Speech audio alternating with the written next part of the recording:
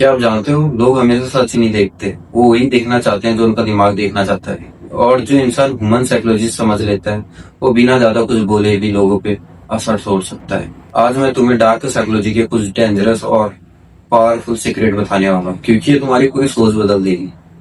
पहला सीक्रेट है hello effect. अगर किसी इंसान की ये क्वालिटी अच्छी लग जाए तो लोग फिर उसकी बाकी कमियों को इग्नोर कर देते हैं। इसलिए ज्यादा अट्रैक्टिव लोगों को ज्यादा इंटेलिजेंट समझा जाता है, चाहे सच कुछ और हो। एक अच्छा फर्स्ट इंप्रेशन कई बार सच से भी कई ज्यादा पावरफुल होता है। दूसरा सीक्रेट है साइलेंस पावर। जब आर्ग्यूमेंट हो रहा और सामने वाला व्यक्ति एकदम चुप हो जाए तो सामने वाला अनकंफर्टेबल फील करता है। ज्यादातर लोग अपने साइलेंस बनने के लिए कुछ ज्यादा ही बोल देते हैं और वही ज्यादा बोलना उनके सारे सीक्रेट खोल देता है। सबसे ज्यादा पावरफुल वेपन यही होता है कि जितना कम बोलो उतना आपके लिए बेटर है, क्योंकि सबसे ज्यादा पावरफुल वेपन भी इसी को माना जाता है, साइलेंस को। जब आप चुप रहते हो तो उस समय आप एक समझदार और आपके लिए और भी सिक्योरिटी होती है। कभी कभी सबसे पावरफुल जवाब यही होता है कि आपका चुप रहना, मतलब कोई जवाब ही ना देना। और तीसरा है स्कार्सिटी क्रिएट वैल्यू। जो चीज हमें आसानी से मिल जाती है उसकी कदर कम होती है, और जो चीज हमारे मुश्किल से मिलती है उसकी कदर अपने आप बढ़ जाती है, मतलब उसकी वैल्यू खुद ही इंक्रीज हो जाती है। इसी साइकोलॉजी का उपयोग ब्रांड से करती है, लास्ट स्टॉक या लिमिटेड स्टॉक या लास्ट पीस। ये सब तुम्हारे दिमाग को सिग्नल देते हैं कि अभी नहीं लिया तो शायद कभी नहीं मिलेगा। इसके कारण तुम उस चीज को उसी समय ऑर्डर कर लेते हो या उसी समय ले लेते हो।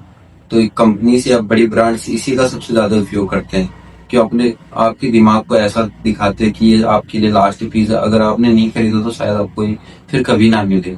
उसके कारण आप सीधा इजिली से खरीद लेते हो, चाहे आपके अफोर्डेबल प्राइस में हो या कुछ भी हो, आप कैसे न कैसे उसे खरीद लेते हो। तो उसी को कहते हैं। चौथा है मिरर टेक्निक।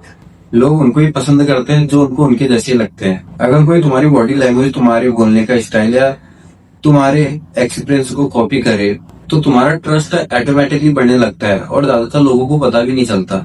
शायद आपके साथ भी हुआ होगा। अगर हम किसी भी इंसान से बात करते हैं, अगर वो हमें हमारे तरह लगता है तो हम उसके साथ कंफर्टेबल फील करते हैं।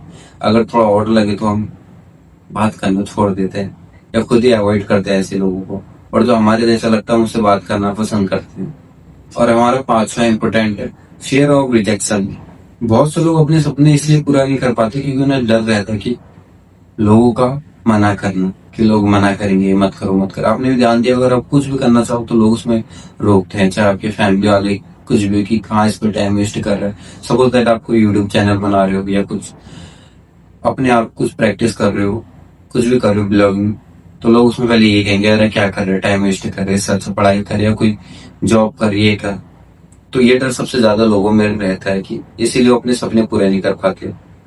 और डार्क ट्रूथ ये है कि ज्यादातर लोग तुम्हारे बारे में उतना सोचते नहीं जितना तुम खुद अपने बारे में सोचने लग जाते हो कि लोग हमारे बारे में क्या सोच रहे होंगे। वो खाली बोल के चले जाते हैं और इस डर से लोग रिस्क लेना ही छोड़ देते हैं। और छठा है हमारा इमोशनल कंट्रोल। जो इंसान अपने इमोशन को कंट्रोल कर लेता है उसे मैनिपुलेट करना बहुत मुश्किल होता है। मैनिपुलेटर हमेशा तुम्हारे इमोशन को कंट्रोल करने की कोशिश करते हैं या उसे टारगेट करने की कोशिश करते हैं।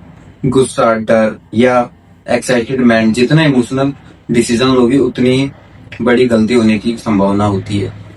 डार्क साइकोलॉजी का मतलब ये नहीं है लोगों को नुकसान पहुंचाना। डार्क साइकोलॉजी का मतलब है कि ह्यूमन माइंड काम कैसे करता है ये समझाना मेन काम। जितना तुम ह्यूमन साइकोलॉजी समझोगे उतना ही मैनिपुलेशन होने से बचोगे। जितना ज्यादा तुम साइकोलॉजी समझोगे उतना ही ज्यादा चांसेस है कि तुम मैनिपुलेशन से बचोगे। मैनिपुलेशन क्या होता है? तुम्हें भड़काना या तुम्हारे दिमाग के साथ खेलना, ये सारी चीजें उसके अंदर आती हैं। इसके बारे में एक टॉपिक में बात करेंगे सारी अगली बार।